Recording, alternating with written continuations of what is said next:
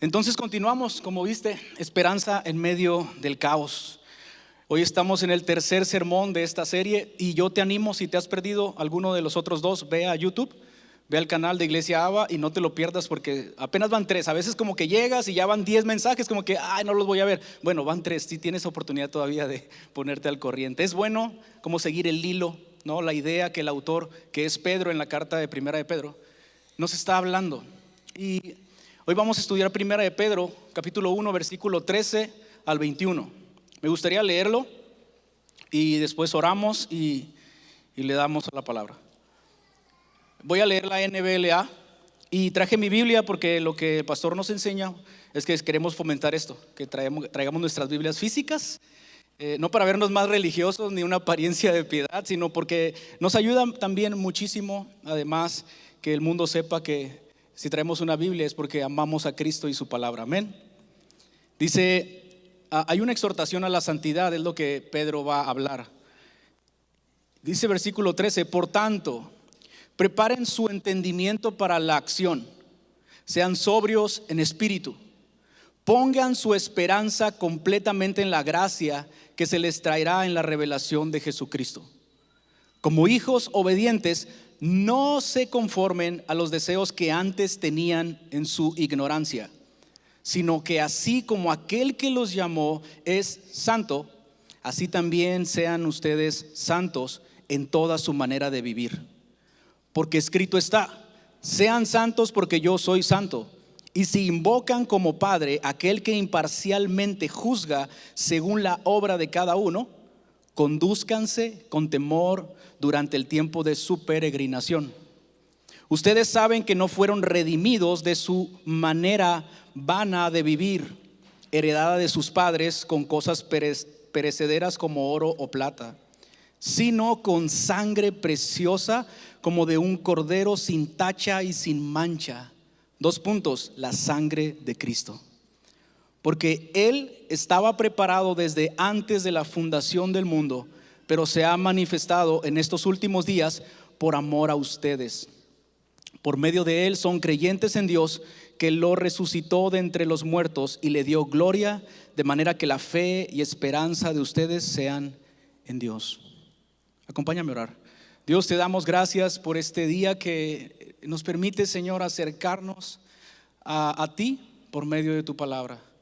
Prepara nuestros corazones, nuestra mente, Señor, y pedimos con toda nuestra fe que tu Espíritu Santo pueda obrar y que a través de estas verdades de tu palabra traigas vida a nuestros corazones, que sigas moldeando nuestra manera de pensar y que todo esto nos lleve a conocerte más el día de hoy, a comprender más quién eres tú y tu obra, y con el fin de ser transformados a tu imagen y semejanza. Te lo pedimos en el nombre de Jesús. Amén. Amén. Para ponerte en contexto de la carta, es el hermano Pedro el que escribe, y le escribe a creyentes, es lo que vimos en la primera parte. ¿Quién fue Pedro? De seguro sabes, alguien que negó a Jesús antes de que cantara el gallo. ¿Sí sabes? ¿Sí o no? Alguien que reprendió a Jesús cuando les hizo saber a sus discípulos que iba a ir a la cruz. Es alguien que hablaba antes de escuchar, ¿no? Algunos podemos identificarnos con Pedro. Pues Pedro fue este discípulo quien caminó muy de cerca con nuestro Señor. Él comió con Él, escuchó las enseñanzas a sus pies, fue testigo de muchos milagros, aún caminó sobre las aguas. Pero el que está escribiendo esta carta ya no era aquel Pedro que negaba a Jesús, sino que era alguien que estaba rindiendo su vida completamente y aún estaba dispuesto a dar su vida por la causa de Cristo. Era considerado un pilar dentro de la iglesia primitiva, uno de aquellos pioneros, de los primeros cristianos que estuvieron con el Señor. Entonces el propósito de la carta, es importante resaltar esto, que a los destinatarios son creyentes, son hermanos en la fe, y la intención de Pedro es animarlos para que estén firmes en la fe en medio de las pruebas y la persecución. Por eso, esperanza en medio del caos. El sufrimiento es un énfasis en la carta. En varias ocasiones vamos a darnos cuenta y el autor ya lo hizo saber, que es necesario que pasen por diversas pruebas. Recuerda la semana pasada, porque ahí es donde nuestra fe no crece, nuestra fe es probada, es purificada, se sale a relucir lo auténtico de nuestra confianza en Dios. Entonces, aunque el énfasis es el sufrimiento, y estaba leyendo algún comentarista que sí me quedé así como que, ok. Hablaban de los sufrimientos de aquellos tiempos, de aquella época, para estos creyentes a quien fue dirigida la carta. Era en el año aproximadamente 60 después de Cristo. Entonces el Señor ya había partido, el Señor ya había resucitado, el Señor ya había encomendado, habían sido recibido el Espíritu Santo y estaba la iglesia llena del poder de Dios. Pero también había una oposición, había una creciente persecución. Y según los comentaristas dicen que no era la mayor persecución, no era para tanto. Pero leí un poquito y dije, wow. Dice que eran sufrimientos comunes de aquellos cristianos del primer siglo. Por ejemplo, insultos, acusaciones, difamaciones, supuestos delitos para meterlos a la cárcel, golpizas y rechazo social porque eran cristianos. Solo eso. Así que no lloremos si alguien nos hace el fuchi por ser cristianos. Es un gozo sufrir por la justicia de Cristo. Y entonces a Pedro se le ha llamado a algunos comentaristas como el apóstol de la esperanza. Dice. Él si algo habla es animar a los hermanos a tener esperanza, a recordar la esperanza que han recibido, la esperanza que los sostiene y la esperanza futura. Entonces la intención de Pedro es fortalecer a estos hermanos para que puedan soportar el sufrimiento por la causa de Jesús. Pero ¿cómo lo hacen? Él lo ha dicho y lo seguirá diciendo, reforzando esta idea, cimentando su seguridad en la obra redentora de Cristo. Esa es la manera que veíamos la semana pasada. Y la exhortación central de toda la carta, sabiendo que Pedro está animando a los creyentes a vivir de una manera digna de a quien adoramos, podríamos resumirla en dos palabras, la carta, esta exhortación central: confiar y obedecer. Ten presente esas palabras en tu mente: confiar y obedecer. Algo que nos deja claro el apóstol Pedro es que nos recuerda que hay un precio, si se podría llamar así, que pagar por seguir a Cristo. Hay un sufrimiento, es algo que viene implícito, no es como simplemente cuando Jesús hace el llamado a sus discípulos, y lo recuerdas en los evangelios. Jesús dice de sus mismas palabras: si alguien quiere venir en pos de mí, ¿qué dice? Niéguese a sí mismo. ¿Qué más? Tome su cruz y sígame. La vida cristiana de por sí es sufrimiento. ¿Por qué? Porque hay que negarnos a nosotros mismos. ¿Cuántos se complacen negándose a sí mismos? Duele. La realidad es que es difícil. Entonces, algo que nos deja claro el apóstol Pedro es que los sufrimientos del creyente no son síntoma del rechazo, del abandono o de la ausencia de Dios. Más bien representan la aprobación de que son sus discípulos, y aún la evidencia de que su presencia está con ellos por medio de su Espíritu. ¿No es algo glorioso esto? Poder ver el sufrimiento desde una perspectiva bíblica. Y yo no quiero ser insensible. Yo sé que el día de hoy habemos muchas personas acá y cada una estamos sufriendo algún tipo de padecimiento a causa de nuestro pecado, a causa de la injusticia, a causa del mundo caído en el que vivimos. Algunos sufrimiento muy extremo. Pero es algo muy alentador lo que la palabra nos dice, en este caso por parte de Pedro, que el sufrimiento a veces no vamos a saber por qué viene, pero a través de su palabra podemos comprender que podemos sufrir bien. Y el pastor lo decía la semana pasada: podemos sufrir para la gloria de Dios, hermanos. ¿Estás de acuerdo conmigo? ¿Estás de acuerdo? La carta fue enviada para recordarnos esto. Es difícil seguir a Cristo, pero la recompensa que le espera a los seguidores de Cristo es incomparable al sufrimiento de esta vida.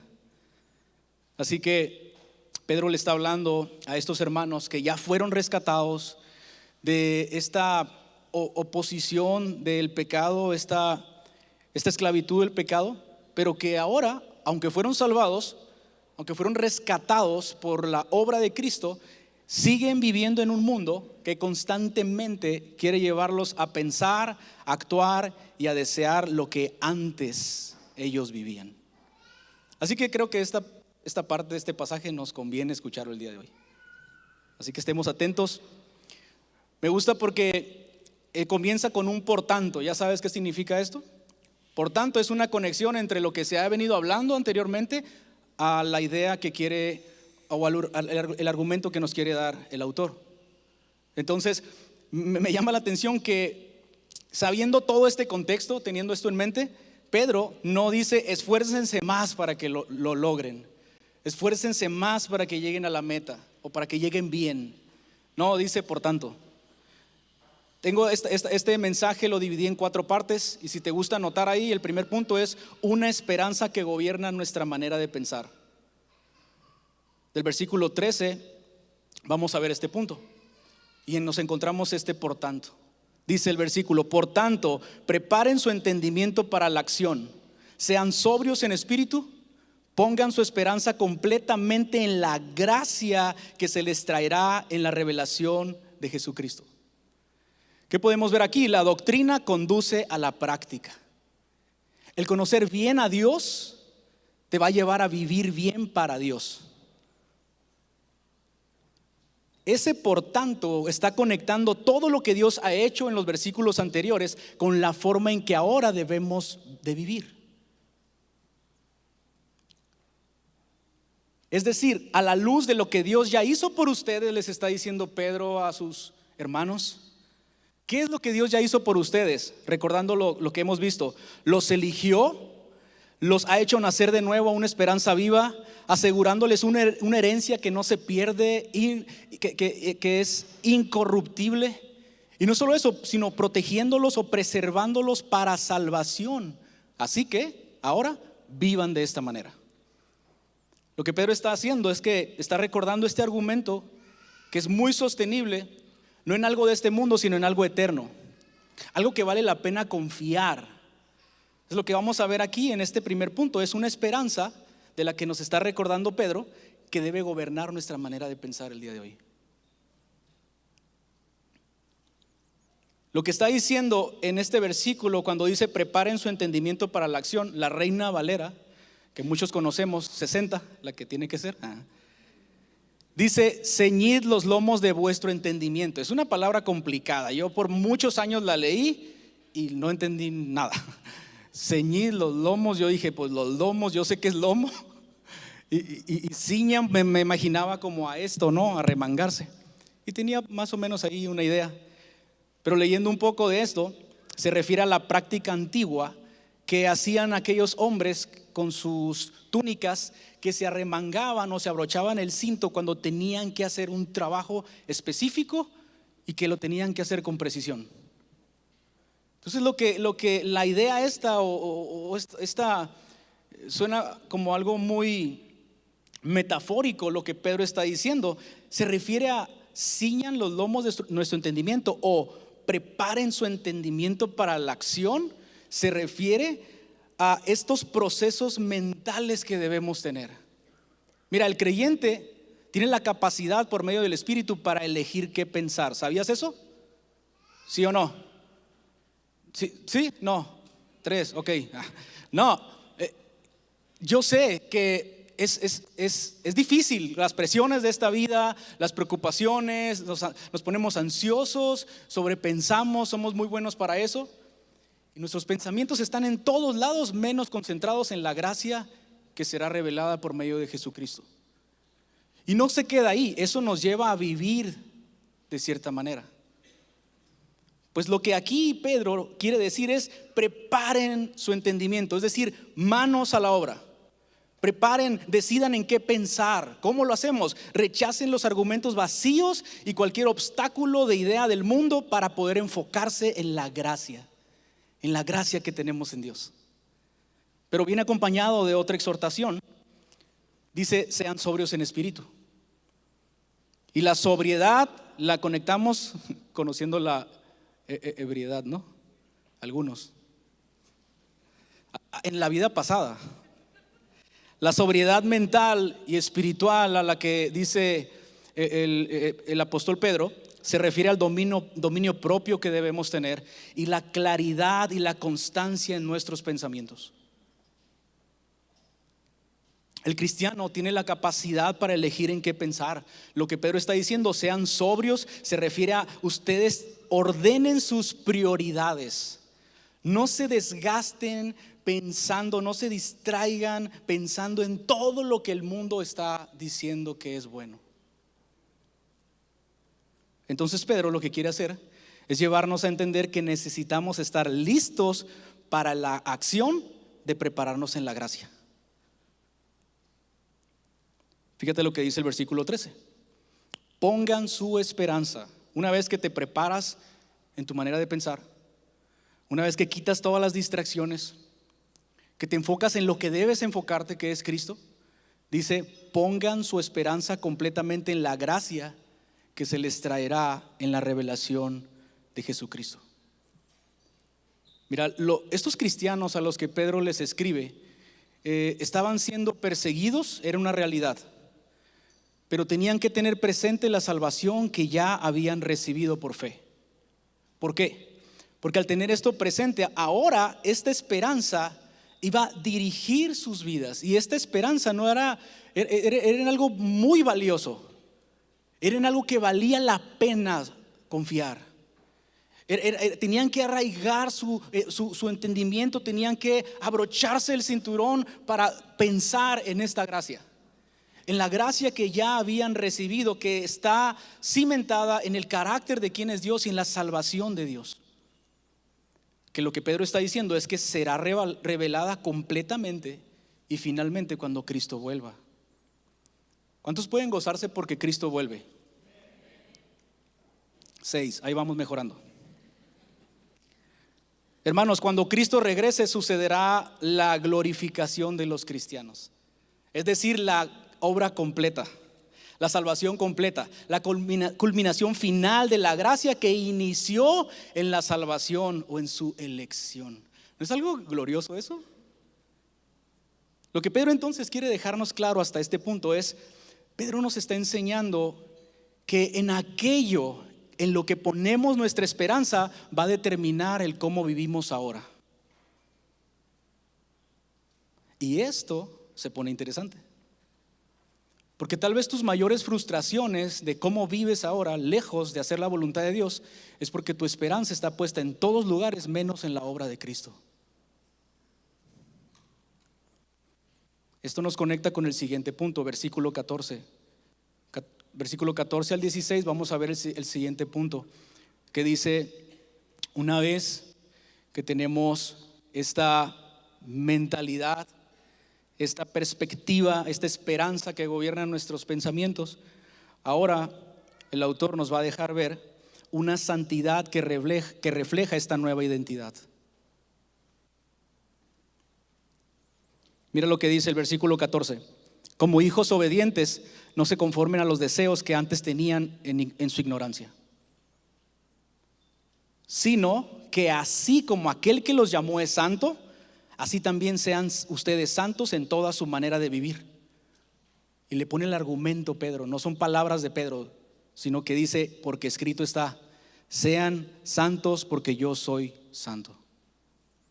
Aquí nos encontramos con el énfasis de este pasaje. Hay un llamado a la santidad. Hay una exhortación que Pedro nos está recordando el día de hoy, que como creyentes, la palabra inspirada por Dios nos exhorta a perseverar en una vida de piedad. Pregunta, ¿para quién es este llamado?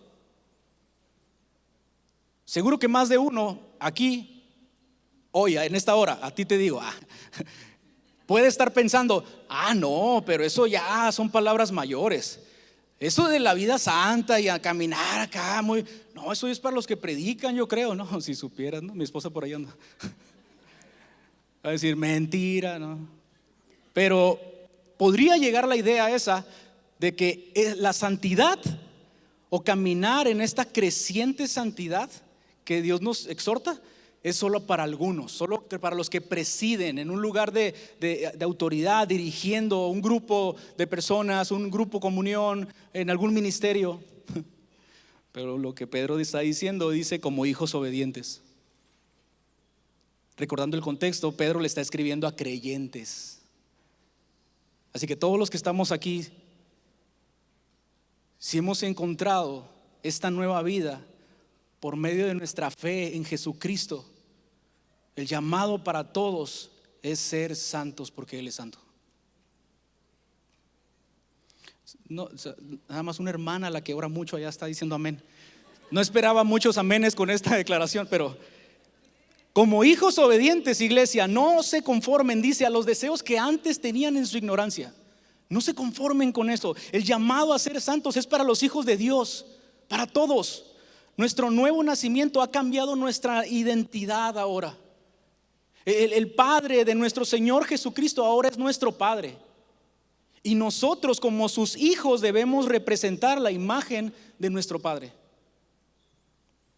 ¿Has visto a estos niños que se parecen al papá? No porque pasen horas diciéndoles tienes que actuar así, tienes que caminar así, con el pie así, tienes que hablar así, tienes que hacer los gestos. No, pues hay algo ahí, una genética. Pues la nueva naturaleza que hemos recibido por medio del Espíritu y por acto soberano de nuestro Dios nos lleva a que ahora la naturaleza de Dios es la misma naturaleza de sus hijos. Podríamos pensar que el llamado a vivir de una manera piadosa sea para algunos, pero no lo es así. Pedro ya lo dejó claro. Ahora, podría haber un conflicto si no entendemos a qué se refiere esta parte o este pasaje hablando de la santidad. Hay dos conceptos de la santidad, una santidad posicional y una santidad progresiva. Y lo explico rápido. La santificación posicional en la Biblia es el ser declarado santo por Dios al creer en Cristo. Es una verdad ya completada. Él ya nos ha hecho santos, ya nos ha apartado para Él. Primera de Corintios 1:2, me encantó este texto porque ahí podemos ver estas dos diferencias. Mira lo que dice Primera de Corintios 1:2. A la iglesia de Dios que está en Corinto, Pablo escribiéndole a la iglesia, a los que han sido santificados en Cristo Jesús, a los que ¿qué? Han sido santificados. Posicionalmente son santos delante de Dios, se pueden parar delante de Dios y su posición han sido justificados por medio de Cristo. Pero dice, a esto les escribo, a los que ya fueron santificados, llamados a ser santos. A ver, ponte de acuerdo, Pablo, ¿qué pasó? ¿Por qué dices que ya, pero todavía no? Es lo mismo que Pedro está diciendo acá. Pedro les está recordando la posición que tienen, una nueva vida. Hay una salvación que les espera y está garantizada porque Cristo murió, pero también resucitó. Pero ahora hay una manera de vivir. Están bien serios ahora. Esta posición delante de Dios de llamarnos santos por medio de la sangre de Jesús es la base para la santificación progresiva. ¿Qué quiere decir esto? El proceso continuo de crecimiento en semejanza a Cristo. Pero no es en nuestras propias fuerzas, hermanos. Quiero alentarte con eso. Es imposible que tú y yo tratemos de ser santos en nuestras capacidades humanas. Es el Espíritu Santo con el que hemos sido sellados para aquel día de una redención completa, pero ya estamos equipados y capacitados por Dios, por medio de su Espíritu, que nos guía a vivir una vida santa. ¿Por qué? Porque ya poseemos esta posición. Ahora podemos purificarnos y ser perfeccionados a lo largo de esta vida. Filipenses 1:6 lo deja muy claro. Estoy convencido de esto, precisamente de esto dice Pablo a los filipenses, que el que comenzó en ustedes la buena obra la perfeccionará hasta el día de Cristo Jesús. ¿No es algo glorioso? ¿Cuántos celebran esto? Es la obra de Cristo, hermanos. Esa es la obra completa de Cristo. Entonces, para concretar esta idea, si estás en Cristo, puedes descansar en que posicionalmente ya eres santo por lo que Cristo hizo. Eso ya fue consumado en la cruz. Pero ahora estás siendo progresivamente santificado por el Espíritu Santo, y esto va a durar toda la vida. Esta verdad posicional nos capacita para buscar y vivir una santidad práctica en el día a día. ¿Qué es ser santos? Es ser más como Cristo y reflejar su imagen. Dios es quien nos capacita a través de esta nueva naturaleza para acercarnos más a la imagen de Cristo hasta que lo veamos cara a cara. Como iglesia creemos esto. Creemos que en la voluntad soberana para salvación del hombre, pero también en la responsabilidad humana para responder a su llamado, en los que Dios ha hecho nacer de nuevo. Entonces, ¿ya nos quedó claro eso? Dios te ha hecho santo, pero ahora respondemos en el poder de su Espíritu Santo, preparando nuestra mente y pensando en la gracia que será revelada. Y entonces esto va a dirigir nuestra manera de vivir. La santidad no es solo algo que persigo, porque lo que dice aquí el versículo es que ya no vivan como hijos obedientes, ya no vivan de la manera antigua. Entonces la santidad no es algo que persigo vistiéndome de Cristo, sino que también implica dejar la vieja naturaleza, o sea, la antigua manera de vivir. ¿Cómo vivías antes? No me digas. Pero esa no es la manera de vivir, porque Cristo te ha hecho nacer de nuevo. Amén. Las cosas viejas pasaron, aquí todas son hechas nuevas. Y esto es para los que están en Cristo. Entonces es por nuestra unión con Cristo que podemos descansar y puede ser tan liberador, porque algunos podemos estar luchando con nuestro pecado y pensar en nuestra mente que es imposible, que nunca la vamos a librar. Pero la muerte de Cristo venció el pecado para siempre. El poder del pecado, la esclavitud del pecado. Y no solo eso, sino que ahora nos capacita para vencer la tentación que nos lleva a pecar. ¿Cómo somos transformados? ¿Cómo cambiamos nuestra manera de pensar? Romanos 12:2 dice Pablo: no se adapten a este mundo, no se amolden, no tomen la forma de lo que el mundo dice que está bien. Es que mis amigas que no son cristianas me dicen que le diga esto a mi esposo. Yo parece aquí como confesionario, ¿no? Pero no, es un ejemplo. A veces traemos tantas ideas o estamos llenos de mundanalidad, de conceptos tan errados y lejos de la verdad de Dios, porque todo el mundo los dice y todo el mundo los aprueba y todo el mundo los cree. Pero mira lo que dice esto: no se adapten a este mundo, sino que transfórmense mediante la renovación de su mente, para que verifiquen cuál es la voluntad de Dios, lo que es bueno, aceptable y perfecto. ¿Cuántos hombres han escuchado en su trabajo personas que dicen: no, es que yo tuve esto con una mujer que no es mi esposa y esto, y lo celebran? Pero cuando tú defiendes o simplemente te quedas callado, o saben que tú te esfuerzas por concentrarte en tu trabajo y que saben que eres un hombre que ama y que respeta a su esposa aun cuando no está, ¿cómo te tachan? Como que es una locura para el mundo.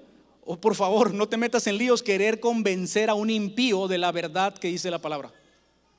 Tú y yo no santificamos a nadie, no podemos ni santificarnos a nosotros mismos. Es el Espíritu Santo el que hace la obra. Estas verdades que estoy diciendo, ser santos porque Dios es santo, es para creyentes.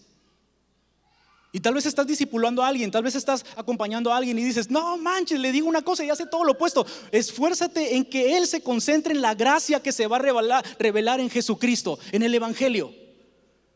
Entonces, cuando él crea y el Señor le concede esta gracia para eso, va a haber un nuevo nacimiento y una obra regeneradora que lo va a capacitar para pensar de esta manera. Entonces dice: no se amolden a este mundo.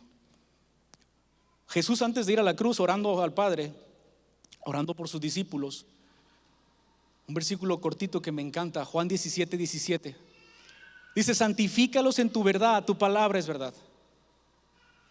Algo que Dios nos ha dado para santificarnos, o como un instrumento para eso, es su palabra. Es la palabra de Dios. Esto es la palabra de Dios, la que Dios usa como un instrumento para santificarnos. Y no es que la abras en el Salmo 90 y la dejes en tu recámara. Eso no santifica. Es más, memorizarte conceptos, no, eso no te santifica. ¿Sabes qué es lo que santifica? Obedecer la palabra.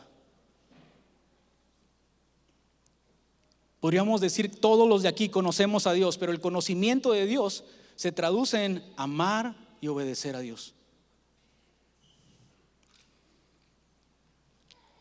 Así que, hermanos, no se trata de cuánto sabemos de la Biblia, sino cuánto obedecemos de la Escritura. Así que aquellos que les gusta mucho la Biblia, dejemos que nuestra teología traspase nuestro corazón para ser transformados al ser conformados a Cristo. No somos llamados a saber más que otros, somos llamados a ser santos. Amén. Así que si estás respondiendo a este llamado de Dios y si deseas en tu corazón ser santo, necesitas una renovación de tu entendimiento. Porque de otra forma, si nos esforzamos nosotros a querer cambiar nuestro comportamiento sin una renovación de nuestro entendimiento, vamos a fracasar, nos vamos a frustrar. Y si lográramos algún cambio superficial, déjame decirte que te vas a volver el más orgulloso, religioso, con apariencia de piedad y tal vez tu corazón lejos de Dios, juzgando a otros, poniéndote en un lugar donde no debes estar. Pero gracias a Dios por su palabra, que nos dice que es a través de una renovación de nuestro entendimiento. Amén, iglesia. Y es a través de su palabra. Versículo 15 no dice, hijos obedientes, aléjense de aquello, pero dice, lo que sí deben hacer es esto: sino que así como aquel que los llamó es santo, así también sean santos en su manera de vivir. Dios es santo. Él es único. No hay nadie como nuestro Dios. Él es fuera de lo común. No hay otro Dios como Él. Y Él nos ha llamado a participar de su naturaleza, siendo diferentes, apartados con un propósito específico. ¿Cuál es? Vivir para su gloria. Y hermanos, no debería ser aburrido escuchar eso. No hay mayor satisfacción que vivir para la gloria de Dios. Entonces, para que te lo quedes bien grabado, ¿qué es santificación? Ser como Cristo y reflejar su imagen. ¿Sí? Ser como Cristo y reflejar su imagen. Esta madurez de la que Pedro les está animando a sus hermanos no se mide por cuántos años tienes asistiendo a la iglesia. Podría haber sido que le escribió a creyentes que ya tenían los 30 años en el Señor, o tal vez tenía un día en el Señor, pero él está hablando de una madurez espiritual que no se mide por cuánto tiempo, por cuánto sirvo, sino que cómo mi vida está siendo conformada a Cristo. Esta madurez de la que Pedro nos está hablando, esta santificación creciente, es el carácter de Cristo, hermanos, formándose en nosotros. La santidad no es un llamado a la perfección inmediata. Qué bueno, Tavo. No, no es eso. No es una vida perfecta que no vas a pecar. Vas a pecar. Los que predicamos, pecamos. Así que no idealices a nadie que está aquí en la plataforma predicando la palabra. Hay una responsabilidad y se nos va a pedir mucho también. Y no podemos estar aquí o sirviendo o pretendiendo ser algo a la ligera. Pero el llamado a la santidad no es perfección inmediata, sino es una invitación por medio de la gracia de Dios a un proceso de transformación integral. ¿Te has encontrado diciendo, no, Dios, no, yo ya estoy creciendo en la fe, ya perdoné a tal hermano? Pero volteas del otro lado, pero que no me la haga otro, no. La transformación la santificación, la obra de Dios en nosotros, hermanos, es algo integral. Dice el versículo 15, en toda su manera de vivir. En todo lo que hacemos.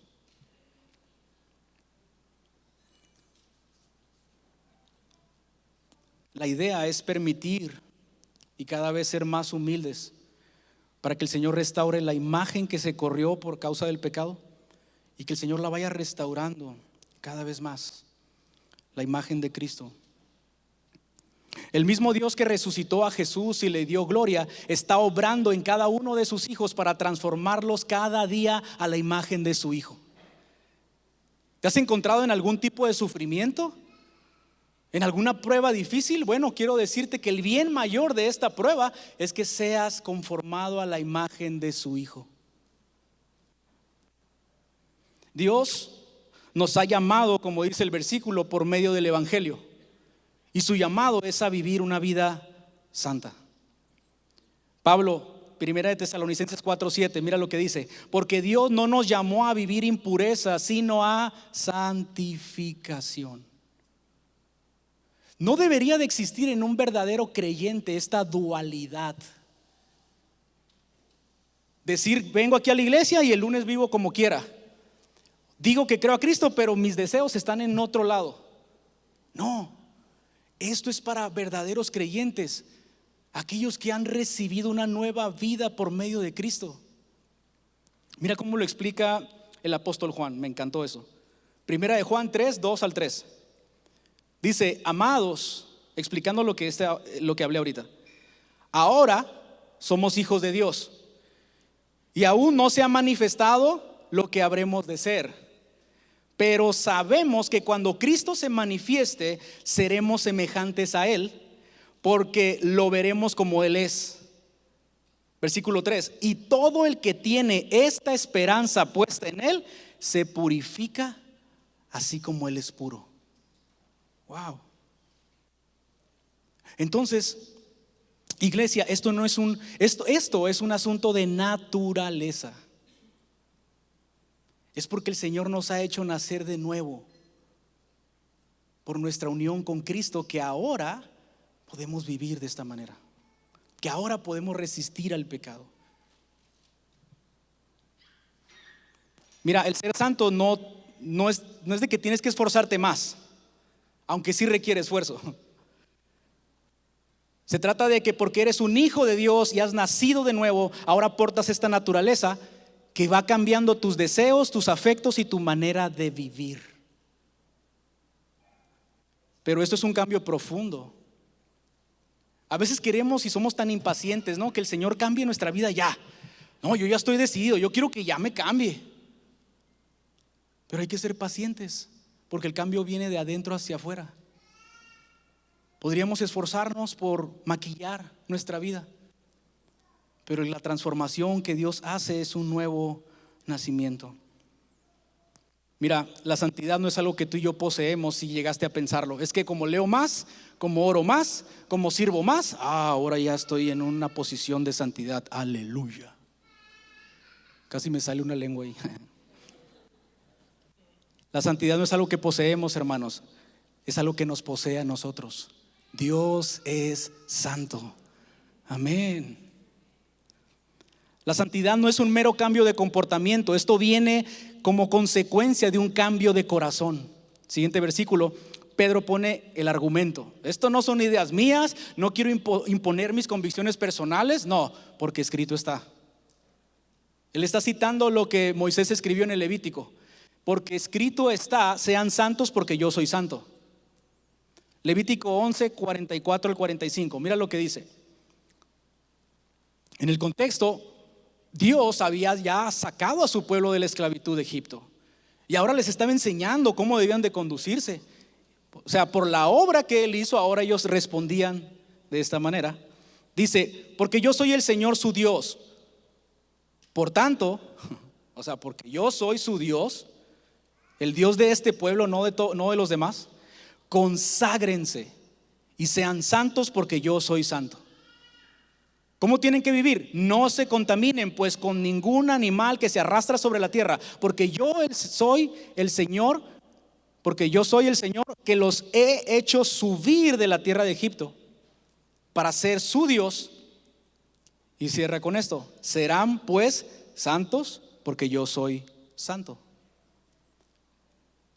La idea de Dios era que su pueblo se identificara con su Dios, porque ahora eran posesión suya. Ya no eran como ya no eran de otro, ahora pertenecían al pueblo de Dios, no porque eran el más numeroso, el más fuerte, sino por la soberana voluntad de Dios, por la misericordia de Dios, por la gracia de Dios. Entonces, lo que Dios esperaba es que su pueblo se consagrara, para que se identificara con su Dios que es santo. Ahora, iglesia, voy a dejar un rato a los hermanos a los que Pedro les escribe. Iglesia Abba,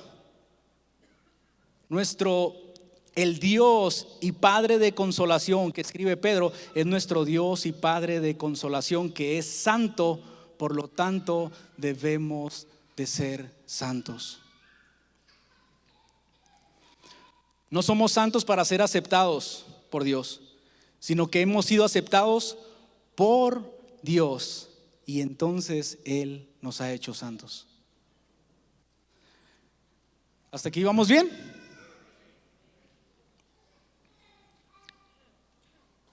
Porque si no me van a quitar el micro. Nah. Vamos a hacer una autoevaluación, tengo tiempo. ¿Estás conmigo? Arre.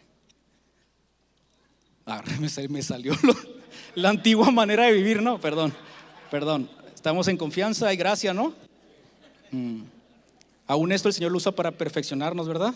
Para que ames, extiendas gracia, misericordia, para que seas humilde. Nah. Mira, vamos a hacer un check, ¿te parece? A la luz de la palabra, lo que hemos escuchado hasta este punto. Activismo religioso no es señal de madurez, ni evidencia de una vida de santidad. ¿Estás de acuerdo? Así como que algunos, ¿cómo? No, hermanos, no se trata de hacer más obras para ser más santo, sino de creer y comprender la obra de Cristo en la cual hemos sido santificados. Amén.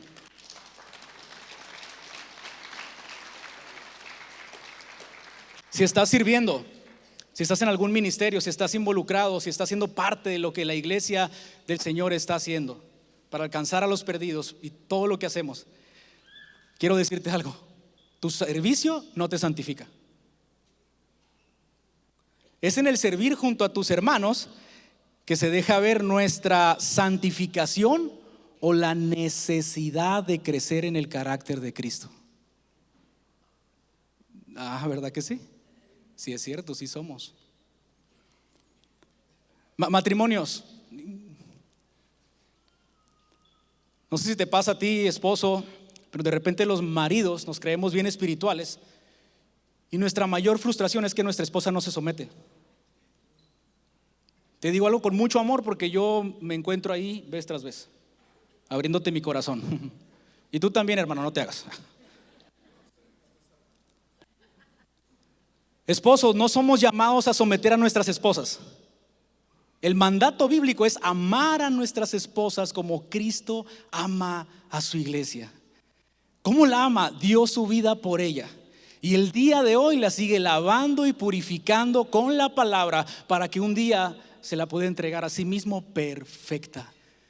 ¿Y sabes qué pasa después de eso?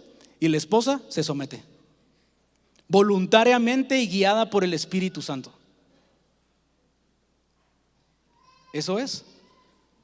¿Cuánto sufrimiento evitaríamos sabiendo esto? Y descansando en la obra de Cristo y viendo los conflictos de la maternidad, de la paternidad, de esta crianza, de las relaciones, del matrimonio y de todo lo que hacemos, ¿Cuánto sufrimiento evitaríamos si somos conscientes que todos estos conflictos Dios los usa como un instrumento para santificarnos? Wow. Solteros, no se me van a escapar. ¿Cómo se ve tu vida de santificación? Según lo que dijimos, tu mente debe estar puesta en lo eterno, no en lo pasajero, en lo vano, no en lo que el mundo te ofrece. No estás llamado a vivir de acuerdo a tu manera antigua, heredada por tus padres, dice ahí, sino que ahora eres llamado a ser santo. Ahora, ¿cómo se ve en la soltería la santidad? ¿Cómo podemos reflejar el carácter de Cristo? Mirando a las mujeres como lo que la palabra dice, como hermanas en la fe, como hijas de Dios, no viviendo para nuestros propios deseos egoístas, sino siendo pacientes y esperando en la providencia de Dios y en la sabiduría de Dios para elegir a aquella persona que será esta ayuda. Ningún soltero dijo amén, eso es bueno. Mujeres, intras. Mira, no pretendo estar hablando esto y estar imponiendo esas convicciones personales, no. Sí, a la luz de lo que el texto dice. Y con mucho amor lo digo, mujeres, podría ser su santificación demostrada a través de su manera de vestir. Porque la palabra dice, en otro contexto, que no se vistan de manera ostentosa, ¿no? De una manera que llame la atención. Y de seguro una hermanita dice, amén, yo sabía que era, ya sé para quién va. No, por favor, no caigamos en eso. No caigamos en eso, por favor. No caigamos en eso. Qué bueno que vino. No, esto es para los de Ensenada, ya dijimos eso. Okay. Pero sé que el mundo te está empujando a vivir en una sensualidad. Y también aplica para los hombres, no solamente para las mujeres, nomás que quise poner algo aquí para mujeres. ¿Cómo se ve nuestra santificación, nuestra manera de vestir? ¿Según lo que la cultura dice, o vistiendo decorosamente con prudencia, sabiendo que lo que la Biblia dice es que la belleza proviene de un corazón que ama a Dios? Y por favor,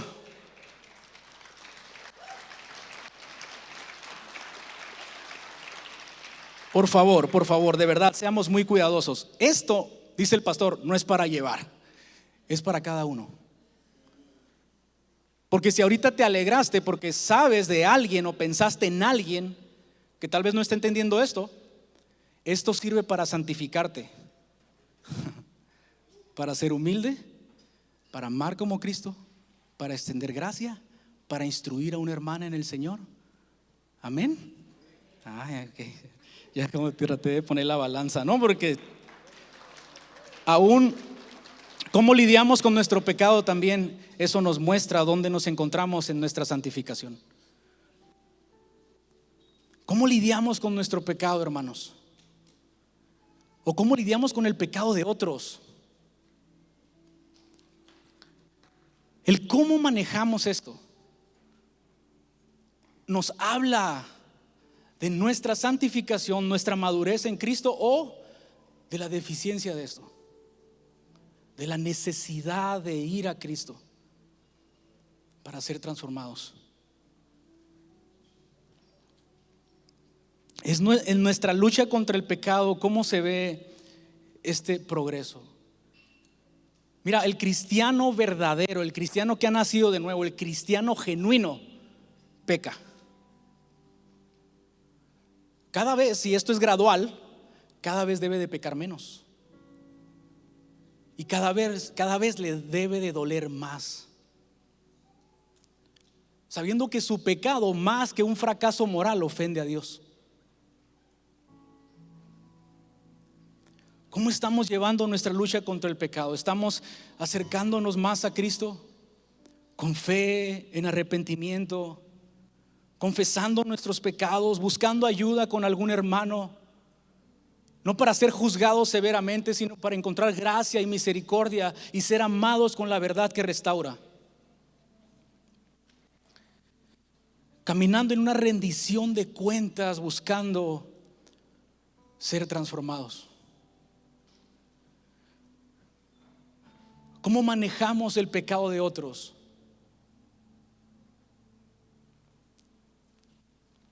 Mira, hermanos, Cuando otros pecan, es una oportunidad para crecer en la santificación y ser más como Cristo.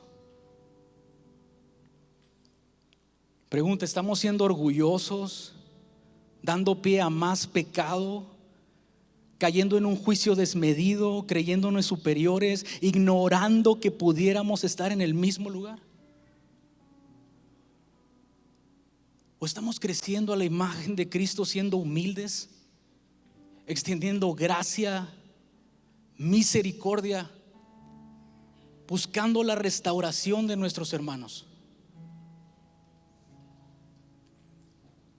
Ojo con esto: cuando hablo de santificación o de una vida de piedad, no hablo de una obediencia perfecta, pero sí hablo de un deseo genuino y creciente por obedecer a Dios.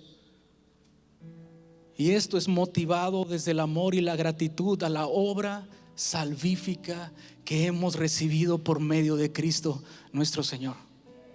Amén. ¿Cómo te das cuenta?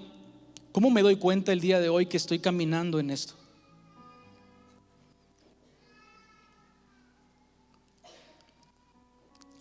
Tal vez pecas, pero la diferencia es que ahora confiesas tu pecado. Es una evidencia de la obra del Señor contigo. Es una evidencia que no te va a soltar.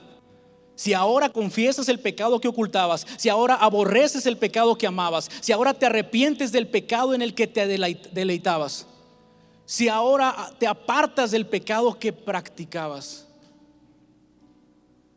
Nuestra conducta en este mundo revela a quién servimos en verdad. Y no hablo aquí dentro de la iglesia, porque todos nos vemos muy santos. Hablo saliendo de este lugar. Nuestra manera de vivir refleja en dónde está nuestro corazón. Pregunta: ¿me parezco a este mundo o me parezco a mi Padre Celestial?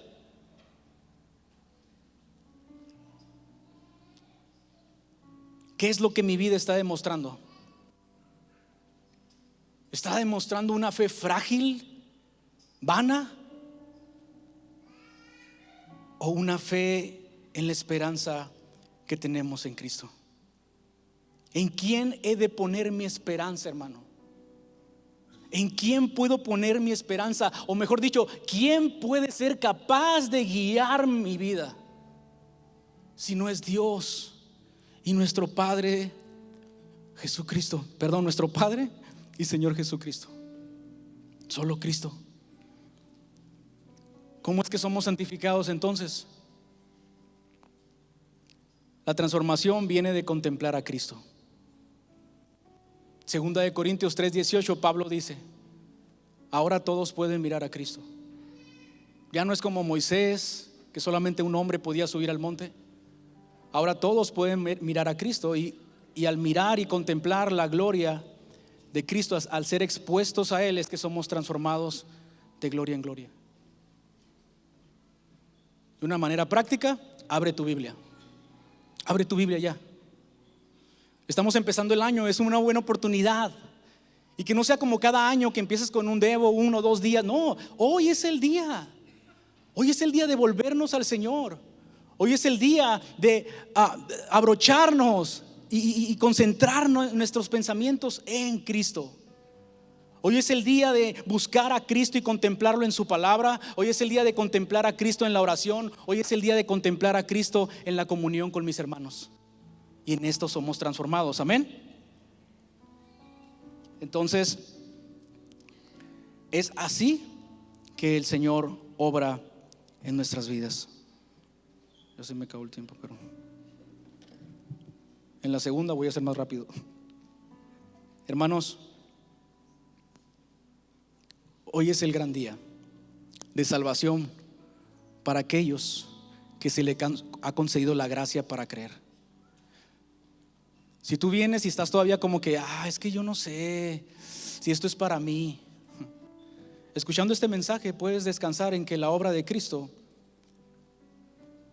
es completa, y que es a través de lo que Cristo ha hecho y de que su sangre ha sido derramada, como versículos adelante dice que podemos confiar, que podemos verlo como un hecho. Así que encuentra paz, encuentra gozo en estas verdades. Cristo viene pronto, amén, iglesia. Y si estás unido a Cristo, no hay nada en este mundo que se le compare a aquel gran día. No hay nada más glorioso que eso. Y si esto es verdad, que claro que lo es, preparemos nuestro entendimiento para la acción. Seamos sobrios en espíritu y pongamos nuestra esperanza en la gracia que ha de ser revelada. Amén. Ponte en pie, vamos a orar. Señor, gracias te damos. Gracias te damos, Señor. Hermanos, si anhelamos ese día, caminemos en santidad. Pero no porque debamos hacerlo, sino porque podemos hacerlo. Señor, gracias y no confrontar, solo amarnos para dar vida a nuestro corazón, para hacernos volver a ti, Señor. Gracias porque tú eres nuestra esperanza en medio del dolor, del sufrimiento. Tú eres nuestro bien mayor, Señor. Tú eres nuestro gozo y nuestra salvación. Te damos a ti toda la gloria y en este día queremos ponernos a cuentas contigo. Queremos descansar en la obra que tú has hecho en la cruz. Recordando que así mismo como fuimos elegidos desde antes de la fundación del mundo, tu palabra dice que tú, Cristo,